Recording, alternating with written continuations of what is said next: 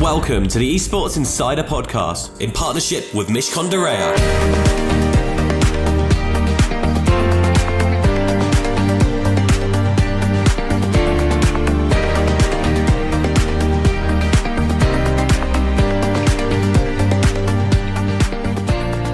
Welcome to the Esports Insider Podcast in partnership with Mishcon de Reya. I am your host, Ollie, and this week I'm joined by three industry-leading guests once again, and we're going to be discussing everything around visas, from players to talent, from both a team perspective and also from a tournament organiser perspective. On my left, I have the wonderful Kieran. Tell us a bit about yourself. Hello, I'm Kieran Holmes-Darby, Managing Director and Co-Founder of XL Esports. And next up is Clem. I'm Clement Murphy. I'm Marketing Manager for FACEIT, the world's leading competitive gaming platform. They pay me to say that. And Clem has a background in all things tournament, so knows quite a lot for his sins. And last but not least, we have Maria. Hi, my name is Maria Patsalos. I'm a partner at Mishcon de Reya. I specialise in immigration and I'm in the sports group. Lovely. Well, as you can see, we have people with infinitely more knowledge than me. But esports is very, very young industry, as we all know. But the wonderful thing about it is it's very, very global from grassroots all the way up. I guess even if we look at kind of grassroots UK orgs, they have players playing that might be Swedish or whatever. So when we look to make that more local, then obviously with that comes a lot of issues that people probably don't take into account. And we're lucky to have Kieran from an Excel standpoint. I assume you've dealt with these issues in the past and ongoing now with LEC. I assume you're also dealing with them. Tell us a little bit about the process and how much hassle it really is for a team owner. Yeah, I suppose when esports was this global phenomenon and we were slightly smaller, less professionalised and without any infrastructure, it's much easier to pick up players from all over the continent and they would play from their homes. So visas weren't really an issue ever, and you were largely competing in online tournaments or perhaps competing in a tournament in Europe as a one-off, which was a much easier thing to deal with. Now with us being sort of making the claim for the UK's leading esports team and really trying to brand ourselves as that and push that, we want to have infrastructure here in the UK, of course. So we've opened up our new HQ in Twickenham Stadium. That's where our players will be based in Twickenham in houses separate from the facility and be training there every single day. So there comes the problem of, we need to get all of these players into the country to work as esports professionals, which no one has done from on a long-term perspective in esports yet, because no one's based an esports team from around the continent in the UK. So this is now a massive topic for us and something that we're battling almost, it feels like, on a daily basis, where we're recruiting North American people from a coaching standpoint, analysis standpoint, not just the player standpoint. And I think, as you rightly outlined, there are troubles in the UK because players are not recognised like sports players.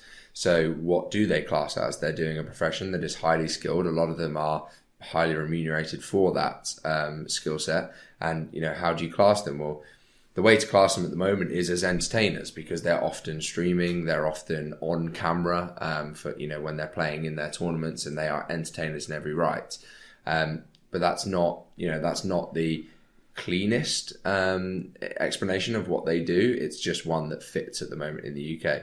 Much easier in America, where they had the P1 visas, and much easier even in Germany, where they're more recognised now by the Home Office. So we've had a lot of issues. And I guess from a Mishcon perspective, is that something you've seen? Is esports like anything you've seen prior? Because obviously, I guess football is very much more established, but this is going to sound ridiculous, but for example, my experience on Football Manager, and I try and sign a Venezuelan superstar, and I have to apply for a work permit, and he gets denied one. This is a guy that's going to get paid thousands a week compared to, trying to bring someone over for an esports purpose in a lot more recognised field, and they can get declined work permit. So, how does it work in esports, and is there anything that you've worked on prior that kind of fits a similar mould? Yeah, I think we have to remove football from the comparison, because football is in a different league in every sense of the word. The money involved, obviously the regulation, the tier 2 work permits that are available, and tier 5. So I would compare esports to kind of early days darts.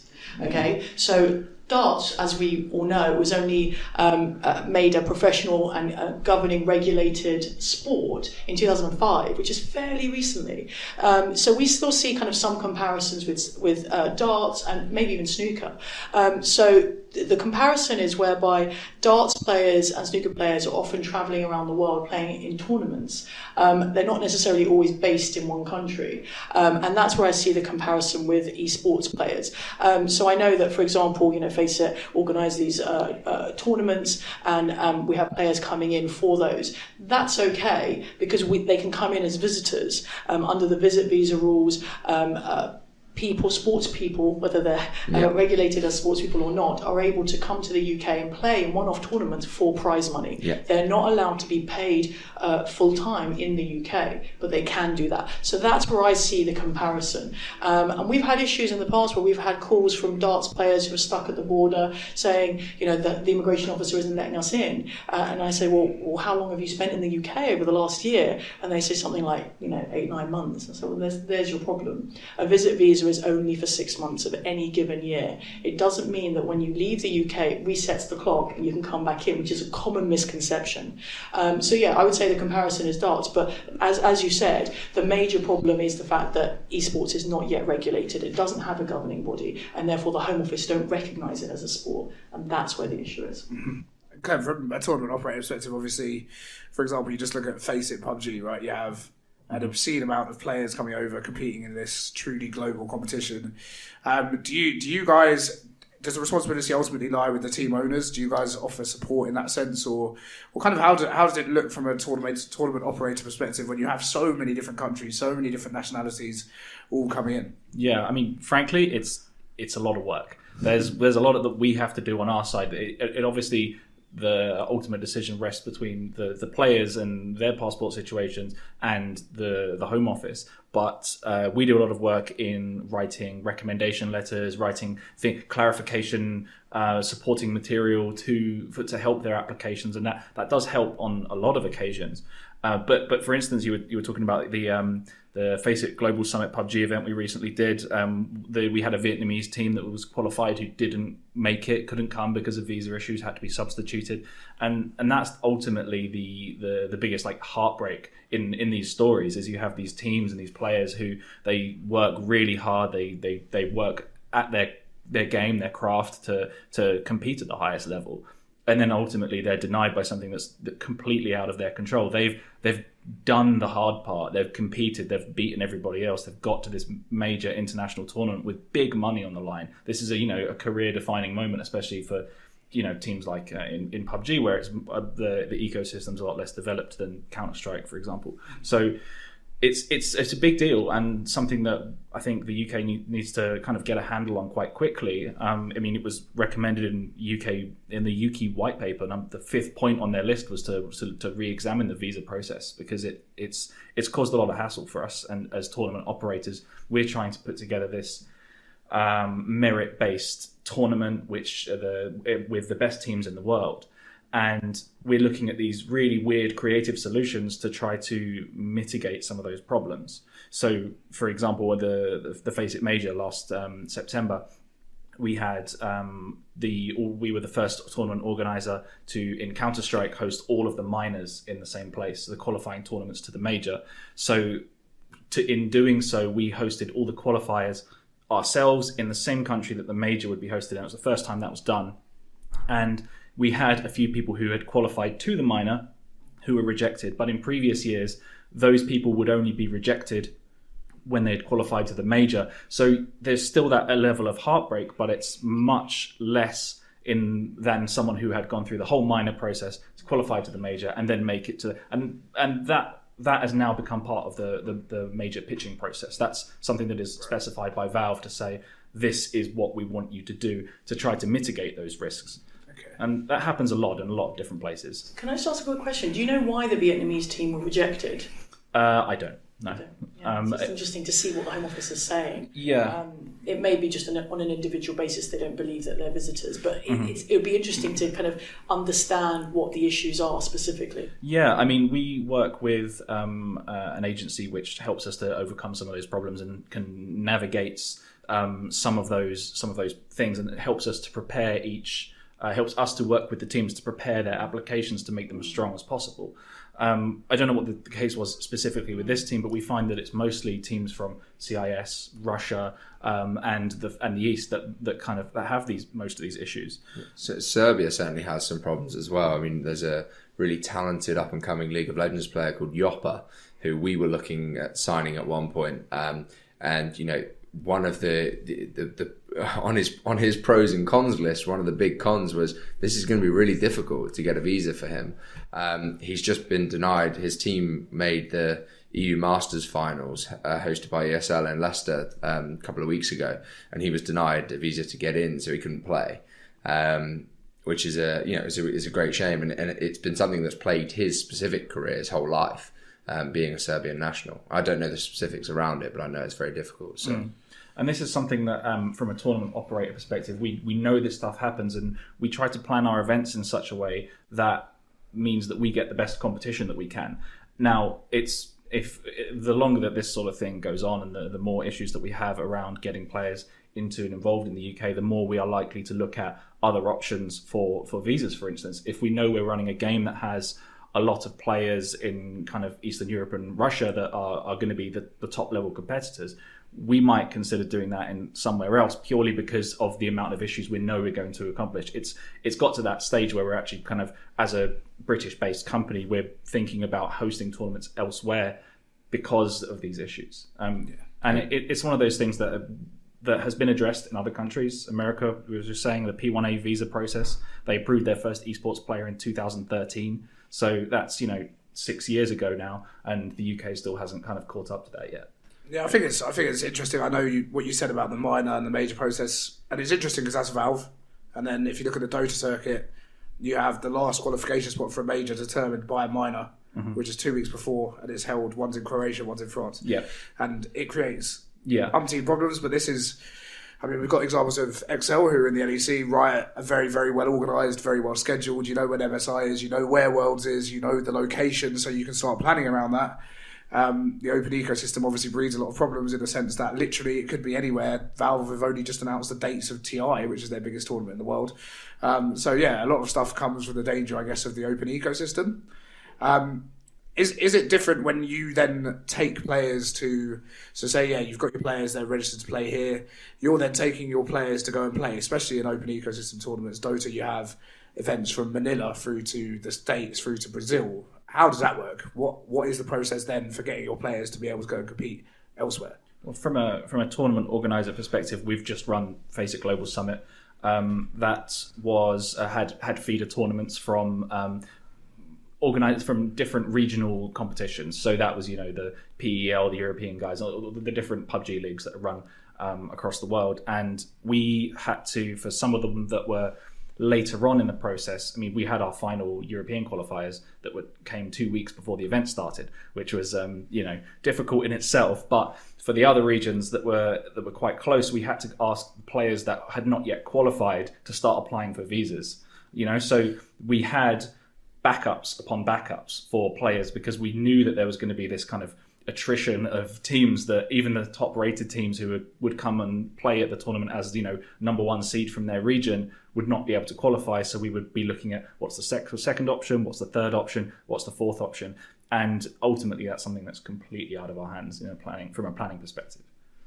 Yeah, I mean, generally the visiting visa is a little bit easier than trying to base someone in a country for an extended period of time. So we haven't had that many issues traveling. But yeah, certainly getting players to be either based in the UK or Germany for the whole of the LEC split, when you have a local LAN league for 9 weeks or 20 weeks for a 52-week year, that's when it's been a bit more of an issue.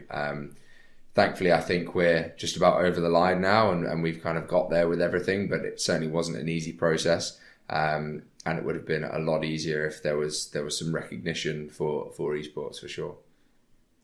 Maria, I just wanted to ask you from like a legal perspective. Obviously, you talked about at the start. You mentioned kind of the perspective, the regulatory aspect. Given that we're talking about so many different IPs, And that's the fundamental, with a legal perspective, when you look at anything esports, the fact that the IP ultimately lies with a Valve who literally might say, well, I'm not touching this, I just have the game, I have the rights to the game, but you do what you want. How difficult does that make it, especially when you're talking to kind of the government or whatever? Is that why they're so reluctant? Or what do you think the reasons are? Yeah, I mean, I think that is part of it. How do you regulate a sport, in inverted commas, like this, where there are so many IP issues and the IP holders are not willing to give up their IP or have it meddled with in any way, which is understandable.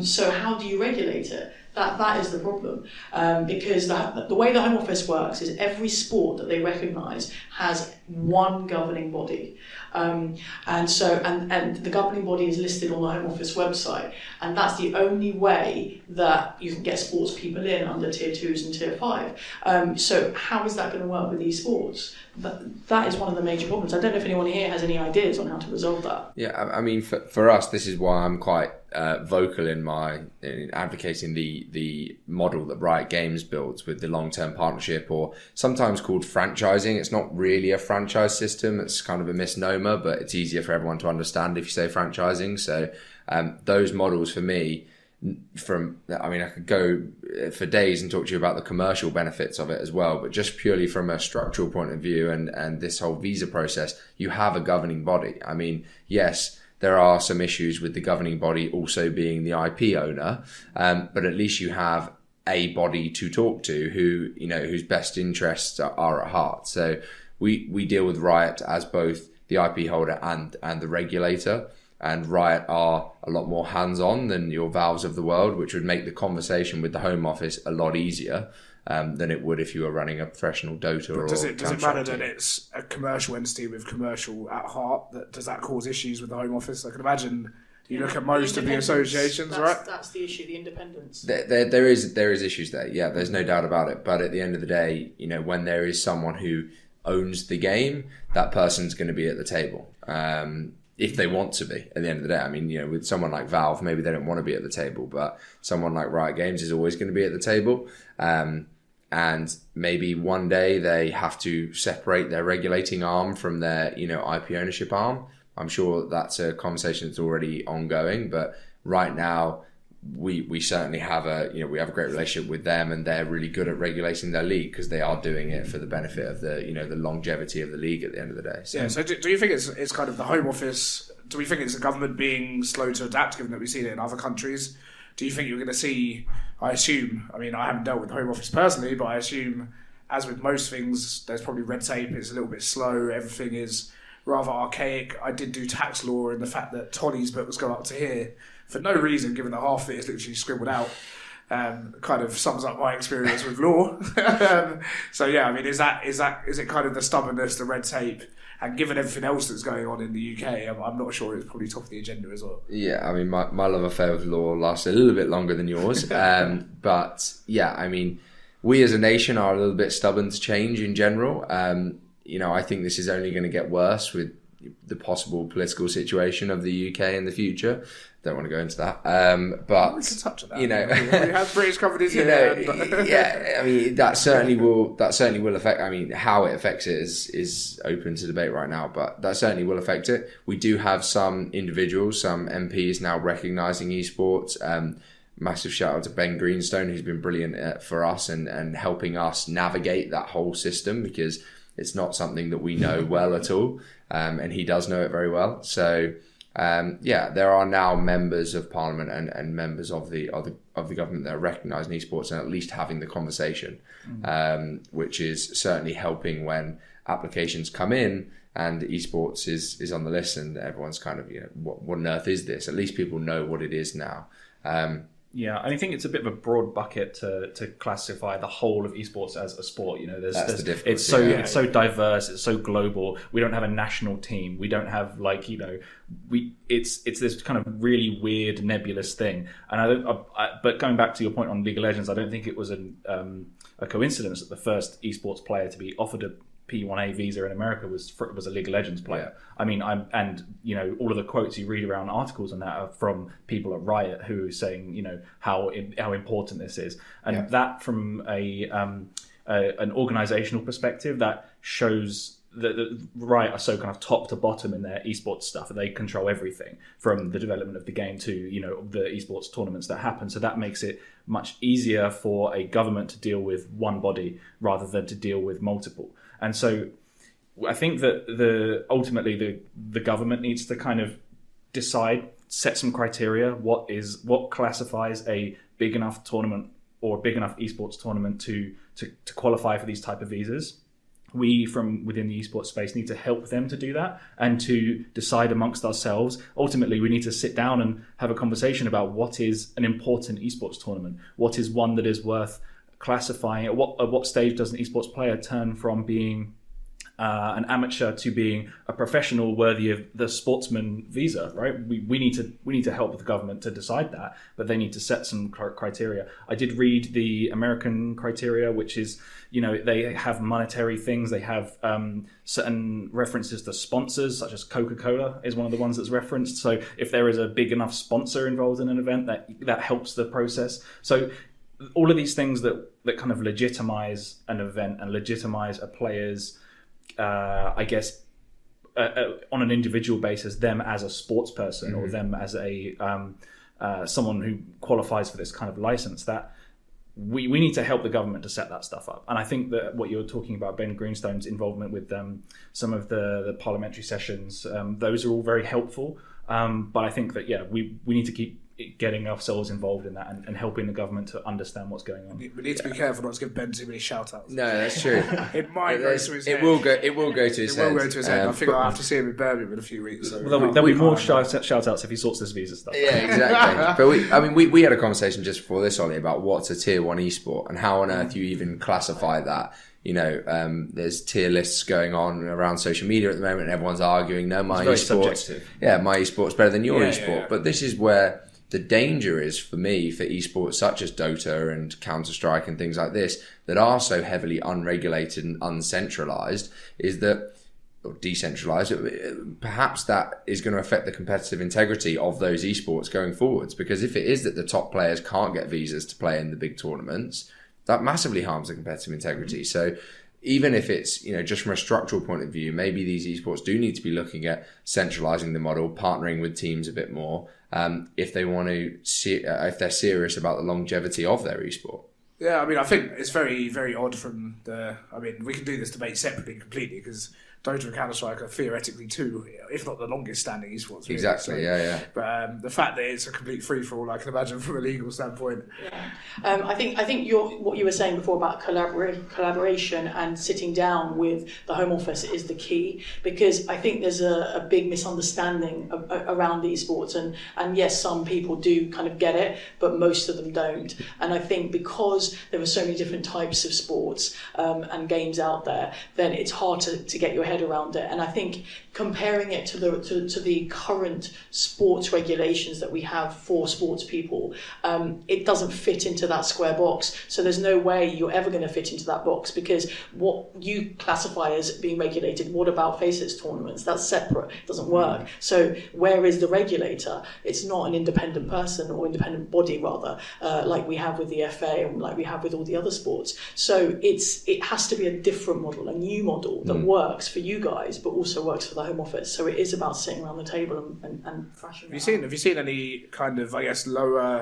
lower tier in terms of viewership sports that have had similar? Yeah, so we've seen it with kind of lower level driving. So whether it's kind of pre-karting, like Formula 3, kind of that level, where basically the Home Office have delegated to the sponsors, to the governing bodies, the idea of determining what is an elite player. And as you said before, who determines what's the top game and player? So they do that by identifying the governing body, and then they make them write the rules. Okay, right. So that makes sense. So, yeah, exactly. So they're the experts. So we've had this with one of the lower kind of driving regulators, and we helped them kind of prepare the guidance, and we had to sit around the table with the Home Office. It was a collaborative affair. They wrote the guidance, the Home Office came back, it was kind of toing and froing. And I see that's how this can move forward. It's the only way. Sit down around the table with the Home Office and explaining the intricacies. This also happened with, I'm sure everyone's aware, I don't want to talk about darts all the time, but it's a good example with the split in darts, where two different kind of bodies, as it were, occurred there. Now, the Home Office only recognised one of them, and that caused the problem. So we had both of the representatives sitting around the table with the Home Office trying to thrash that out. That wasn't resolved because the Home Office say there's only one governing body per sport. So how do we work that for esports? Well, I mean, it has to be per esport, right? So it has to be one governing body per esport, like it is per sports. So therefore, it's going to lean heavily on the publishers to sort their act out in this vein, because they're the only ones that can, and they're the only ones that actually have the right to go and do it. And it doesn't seem to be a problem in Germany with the Home Office there working very closely with Riot Games out there in order to sort visas for their competition. So I don't see why it should be a problem here when Riot Games also have an office here in the UK for them to go and write the criteria for what is an elite League of Legends player. Does nothing for the esports industry as a whole, but it does a lot for that specific esport. But then I guess what you're doing is you're trying in that situation, you're asking the Home Office to recognise each individual game when they've only just recognised esports. It's got to get there. It's got to get there. So nothing moves quite at the pace of esports. No, of course, but that's where it has to get to, right? Yeah, of course. No, I think that's where ideally where we want to get to, where people are recognising individual players, and by the time the government catches up, these people will already be kind of mainstream, right? So there'll be a public recognition before there'll be a governmental recognition, probably. So I think ultimately that it will come down to money, right? If a tournament is offering more than $500,000 in prize pool, does that qualify as an elite tournament? You hear all the time about, sorry to refer back to football, but a young player who's had a cap for the national team is more likely to get a visa to go and play football in England than a player who hasn't. So you'd end up having either a system of qualifying tournaments or sort of tournaments of a sufficient scale that are recognised as if you've played in a major, or you've played at Worlds, or you've played at the international, you are more likely to be granted a visa. That would again require the government to recognise these tournaments as individual things rather than talking to publishers, because as soon we've all heard these stories of people who've sent emails to Valve and just heard nothing but silence, nothing but tumbleweeds, right? And that happens, and they're a lot more hands-off than Riot are. And so you'd end up with this kind of first-tier esports, second-tier esports stuff where League of Legends players are getting visas left, right and centre because Riot is a lot more engaged than Valve. And, for better or for worse in different scenarios, you might not get at some certain developers. It's also people give Valve more of a bad rap because they're very, very bad at public facing. Like, if you talk to FACEIT and the guys that deal with Valve are super responsive to FACEIT, especially when you're submitting RFPs. Yeah, and I mean, commercially they're very responsive, but they're developers. They say we're a game development company and we don't care, which is why they've had issues with cease and desist orders on skin gambling sites, and that is another whole legal minefield we can jump into. But I guess kind of to the last topic that I really wanted to touch on is kind of when you look at the ever-growing kind of, I was about to call them accessories, definitely not accessories, but staff that you have on your team. So you have not only you have your coaches, you might have a nutritionist, an analyst. Does that pose difficulty because you're like, oh, they're a nutritionist, but then they're a nutritionist for an esports team, and they're like, hang on a second, you need a physio for a team that's competing on computers. God knows how that conversation is going to go. And then also my last thing was from a tournament operator perspective, and also I guess Lenny we have a lot of commentators that, especially when it comes to Valve tournaments, they're literally travelling and commentating for money on an ESTA, which I'm sure is completely wrong. But from a tournament operator perspective, you also have that aspect to think about. So let's just take it away. So my answer to the first question probably informs the second question as well, in that it's extremely difficult if you let's use the nutritionist example. Thankfully, we have enough experts in the UK that we don't need to be bringing nutritionists in from outside of the UK. So that hasn't been a problem we've come across. However, coaches, we don't have a massive wealth of ex-professional esports players who are now doing their coaching badges in inverted commas. Sorry for those that are listening, because because we don't have that many professional players who have come from the UK. So now we're looking at North America, we're looking at Korea for coaches, and we're having to get them visas, and that's going on right now with Excel, and it's been one of the biggest issues. And if it's backroom staff, if it's an analyst, it's almost nigh on impossible, because they're not recognised, their role is not recognised, and they're not entertaining at all. They're not streaming, they're not on-screen talent ever. If they're a head coach, it's a little bit easier because they're always on screen when the players are on screen. They're also streaming in their spare time. They're an entertainer as well as what they're doing for the esports team. So that's an easier bridge to cross, which I assume for the talent side of things is also easier. But yeah, if we wanted to hire a Korean head analyst who is going to crunch the numbers and smash spreadsheets out day to day, it's almost impossible at the moment. Yeah, I mean, from a tournament perspective,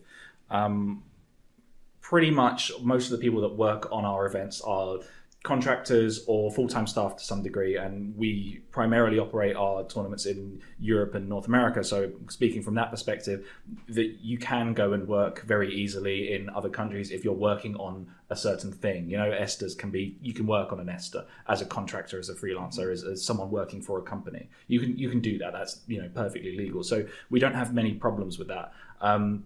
I think that for a team's perspective, we do help to try to get as many of the staff or whoever they like to come over and work with us. So that tends to be much more difficult with Asian players and Asian teams, CIS. So from that perspective, if we won't ask too many questions. We will, if they have an extra couple of staff over, we'll make sure that we've got the players, the key people, all completely covered. And if they have a couple of extra people with them, then that's their responsibility to sort out ultimately. But we will do as much as we can to help them kind of get that stuff working. I think from, a lot of the guys that are the main talent in main esports games will be traveling a lot. They'll be traveling, most weekends of the year to do one event or another. So they will have a fairly sensible system worked out. That usually they all have their own personal lawyers and their own, travel agents that will help them book things like that. So those guys can often take care of themselves at the highest level. It's, I guess, the people that are at that kind of mid-level or lower level who are wanting to go out and work, let's say, a tournament in Shanghai, they have to go through a whole separate process. So it can be tricky from those kind of events, but mainly North America and Europe are okay. I can see that that's an issue. I mean, we help with visas for kind of software developers and people kind of working on the tournaments and things like that. But when it comes to all the staff around it, like you say, the managers, the nutritionists, or other people around the players, that can be trickier because, again, with the visas for sports people, it's the same visa kind of categories and criteria for their kind of team. So it's the same gap or hole that exists for the esports players as it does for their team. Yeah, I think from just in general on visa issues, if there are usually when there are visa issues, we're thinking about kind of how does that look for us as tournament organisers, and how does that look to team owners, to the fans of a team or of a community of a certain game. Usually people are very understanding of, all the fans are very disappointed, obviously, but they're not disappointed or annoyed at the company that's putting them on or at the team. It's very much a kind of sympathetic sort of thing. If you have a team that has failed to get a visa, you won't get fans shouting at them or shouting at the tournament organizer. It's a kind of one of those, act of God kind of out of everybody's hands sort of things. So the only real situation that the only real kind of fault there is with the country that the tournament is in or the event that they're going to. So that's where the usually the kind of anger of the community is directed to say we shouldn't have any more tournaments in X country because half the best teams in the world come. You had last year ESL literally cancelling a tournament. Exactly. I mean, I think Manila is probably, Philippines is quite extreme. Yeah, because it was partially drugs. Partially, I think there's a couple of Israeli players, and it was something to do with Israel and Philippines and relationships. It gets political. A whole other layer. Right? The Yopper example that I mentioned earlier, that was a interesting one because the community didn't know where to turn. It was an event in the UK. The UK isn't seen as a difficult place, or maybe Brexit will change that, but it's not seen as a particularly difficult place to go and work, and Joppa couldn't come and compete. So then the community were like, well, where do we direct all this anger? We're fuming about this. We don't know where to go. They're like, do we tell ESL off, or do we take his team, Mad Lions, if it's out, blame ESL. So they threw, the community went all in ESL, and then ESL kind of put out a statement like, we did everything we could to help. So then they turned all their anger at Mad Lions, the team, and were like, you clearly didn't do this in time. And they were like, well, we only found out we qualified here. It takes this long to do it. But then it was like, oh, well, should you have preempted it? And should you have, and it's tough. It is a tough one, but the community didn't really know where to direct their anger, but everyone got a piece of it, that's for sure. So I mean, for us as tournament organisers, our kind of reputation lives and dies with the community, right? We need people to be on our side, and like the same goes for teams, right? You need the fans to be on your side, and so ultimately, if we're hosting a tournament, we won't go and do it in somewhere that's notoriously difficult for visas, even if that presents the best, business case or the best kind of opportunity for us, or even if that's where the most of the fans are, because we can't get the teams there, and that is a risk for us that we can't take. So, what we ultimately don't want to do is have the UK, especially after Brexit, because no one knows what's going to happen there. We don't want it to start getting that reputation of we don't want to announce a tournament in the UK if half the teams can't be there. Mm-hmm. So it's a really tricky one for us to tackle, and something that is really fundamental to making a successful event. Yeah, I was going to ask Maria, kind of almost to conclude, is I would assume you've had a lot of talks around, from a sports side as well, around Brexit, the potential implications, a lot more so than me, who tends to blindly just walk and hope that I don't headbutt a Brexit. But what have you been advising sports? Do you think there's going to be? I mean, I would assume that at the top tier, it's probably not going to see a massive ramification. But do you think we're going to see a big change in attitude towards lower down? I think there's going to be a big change all round, actually. Okay. I think Brexit, although everyone hates it, most people hate it, I certainly do, is awful in many ways. The one way it is good is that the government are listening for a change, and they are thinking about making changes, and they're happy to make widespread changes. So for example, in football, we're going to see some big changes going forward. The FA, the Premier League, and the Home Office have all sat down and discussed various kind of quite wide-ranging things, which I think we're all going to be quite surprised about, and as a result of, if that's happening at the top level, then why not that it trickles down to other sports. So I do think that positive change could come about from Brexit. Okay. Yeah, I mean, there is a reasonable amount of, with Brexit, of kind of, throw it all away and start again. Let's start from the ground up, re-examine what our priorities are in terms of immigration law and that sort of thing.